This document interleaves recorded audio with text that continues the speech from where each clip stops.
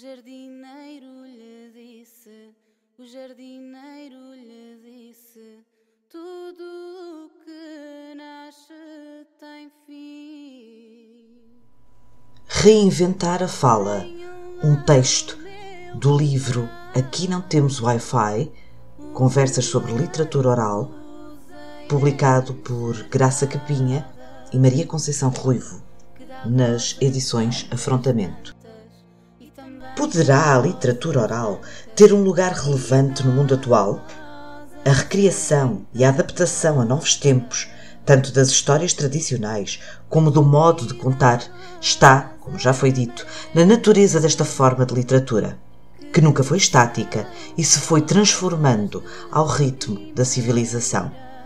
Lembremos que a invenção da escrita permitiu a criação de bibliotecas físicas, com vantagens inquestionáveis sobre as bibliotecas da memória, mas implicou opções de fixação do texto que limitaram a estrutura aberta das antigas narrativas. A ilustração veio prender em formas e cores aquilo que de antes era apenas imaginado, e a invenção da imprensa, ao revolucionar as potencialidades da escrita, ampliando-as e aumentando a sua circulação, reduziu mais o espaço da transmissão oral. Para além das adaptações dos contos tradicionais com vista a um público infanto-juvenil, surge a escrita de histórias para crianças, onde, nas criações originais, o maravilhoso dos tempos antigos continua a estar presente, sendo o final do século XIX e o início do século XX considerados por alguns como a idade de ouro da literatura infanto-juvenil. Mais tarde, o cinema, a televisão, a banda desenhada e as novas tecnologias de comunicação criaram, a partir das antigas histórias, novos objetos de fruição. As potencialidades educativas de contar, criar histórias em ambiente digital são referidas em alguns estudos. Por exemplo, no ambiente digital, o leitor ou contador pode intervir na própria história, alterando o seu curso. Pode criar a sua própria narrativa, usando diversos recursos da internet, como música, voz e imagens, e partilhá-la com outros.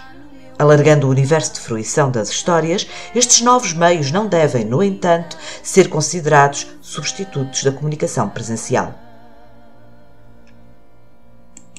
A narração de histórias, a leitura em voz alta, a recitação de poesia inserem-se perfeitamente neste compromisso de retomar a comunicação face a face, de reinventar a fala.